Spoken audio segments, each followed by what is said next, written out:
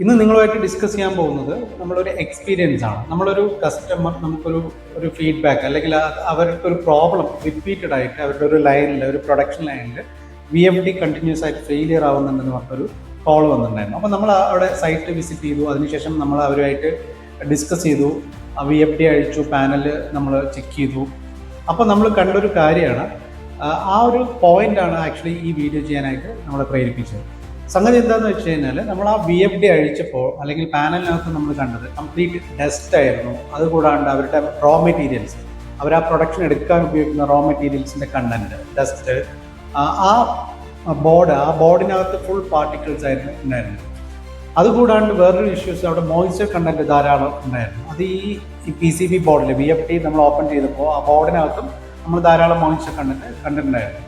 ഈ ഒരൊറ്റ കാരണം മതി VFD ഫെയിലിയർ ആകാനായിട്ട്, അല്ലെങ്കിൽ അതിൻ്റെ ലൈഫ് സ്പാൻ കുറയാനായിട്ട്.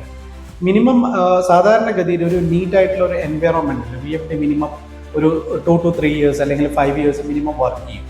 അല്ലാത്ത കേസിൽ ഒരു 1 year കൊണ്ടോ അല്ലെങ്കിൽ 6 months കൊണ്ടോ ഒരു VFD ഫെയിലിയർ ആവുന്നുണ്ടെങ്കിൽ ഒന്നുകിൽ ആ ആപ്ലിക്കേഷനിൽ ആ പ്രൊഡക്റ്റ് സെലക്ട് ചെയ്തത് തെറ്റിപ്പോയി, അതല്ലെങ്കിൽ അവിടുത്തെ എൻവയറോൺമെൻറ്റ് പ്രോപ്പർ അല്ല. അങ്ങനെയാണ് നമ്മളത് ഒബ്സർവ് ചെയ്യേണ്ടത്. അപ്പോൾ എന്താണ് ഇതിനകത്ത് ഒരു സൊല്യൂഷൻ? പലപ്പോഴും നമ്മളൊരു കമ്പ്യൂട്ടറോ അല്ലെങ്കിൽ നമ്മളൊരു റൂം, നമ്മളൊരു റെസ്റ്റിംഗ് റൂം നമ്മൾ കീപ്പ് ചെയ്യുന്ന പോലെ അല്ല, ആ ഒരു ഇമ്പോർട്ടൻസ് പോലും നമ്മളൊരു VFD അല്ലെങ്കിൽ ഒരു കൺട്രോൾ റൂമിനകത്ത്, ഇലക്ട്രിക്കൽ പാനൽ റൂമിൽ നമ്മൾ കൊടുക്കാറില്ല. ഇത് മുഴുവൻ വളരെ ഒരു ഡസ്റ്റി ആയിട്ടുണ്ടാവും, അല്ലെങ്കിൽ റോ മെറ്റീരിയൽസിൻ്റെ പൊടിയും മറ്റു കാര്യങ്ങളെല്ലാം കൂടെ അവിടെ ഉണ്ടാവും. അപ്പോൾ ഇത്തരം സന്ദർഭങ്ങളിൽ നിങ്ങൾ കാര്യം തിരിച്ചറിയേണ്ടത്, നമ്മളൊരു പ്രൊഡക്ഷനിൽ അല്ലെങ്കിൽ ഒരു മാനുഫാക്ചറിങ് കമ്പനിയിൽ ഏറ്റവും ഇമ്പോർട്ടൻ്റ് എന്ന് പറയുന്നത് ഇത്തരം ഹൈ കോസ്റ്റ് വരുന്ന ഓട്ടോമേഷൻ എക്യുപ്മെൻറ്റ്സ് ആണ്. കാരണം ഇത് ഫെയിലിയർ ആയി കഴിഞ്ഞാൽ നമുക്ക് ലാർജ് എമൗണ്ട് ഓഫ് ലോസ് അതിനകത്തേക്ക് വരും. പലപ്പോഴും പണ്ട് കാലങ്ങളിൽ മനുഷ്യരെക്കാട്ടിലും ഇമ്പോർട്ടൻസ് ആണ് ഇത്തരം എക്യുപ്മെൻറ്റ്സിന് ബ്രിട്ടീഷുകാർ അല്ലെങ്കിൽ സായിപ്പുമാരൊക്കെ കൊടുത്തിട്ടുണ്ടായിരുന്നു. അവരതിനകത്ത് ആൾക്കാർക്ക് AC ഉണ്ടോ ഇല്ലയോ എന്നുള്ളതല്ല, ഇത്തരം എക്യുപ്മെൻറ്റ്സ് ഫുൾ എയർ കണ്ടീഷൻസ് റൂമിലാണ് വെച്ചിരുന്നത്. കാരണം അവർക്കറിയാം അത് വളരെ കോസ്റ്റ്ലിയാണ്, അതിന് ധാരാളം ഇൻവെസ്റ്റ്മെൻറ്റ് ആവശ്യമുണ്ട് എന്നുള്ളത്. അപ്പോൾ ആ ഒരു ഇമ്പോർട്ടൻസ് നമ്മൾ ഇന്നത്തെ കാലഘട്ടത്തിൽ കൊടുക്കുന്നില്ല എന്നുള്ളതാണ് പല പ്ലാന്റുകളും. അതേസമയം നല്ല വൃത്തിയായിട്ട് നടത്തിക്കൊണ്ടുപോകുന്ന മാനുഫാക്ചറിങ് യൂണിറ്റിൽ ഇത് കാണാനുമുണ്ട്. അവർ ഫുൾ എയർ കണ്ടീഷൻ ചെയ്തിട്ടുള്ള കൺട്രോൾ റൂമാണ്, അതിനകത്ത് നീറ്റാണ് കാര്യങ്ങൾ. ഒരു പ്രോബ്ലം വന്ന് നമ്മളൊരു സർവീസ് അറ്റൻഡ് ചെയ്യാൻ പോകുമ്പോൾ നമുക്ക് വളരെ കൺവീനിയൻ്റ് ആണ്.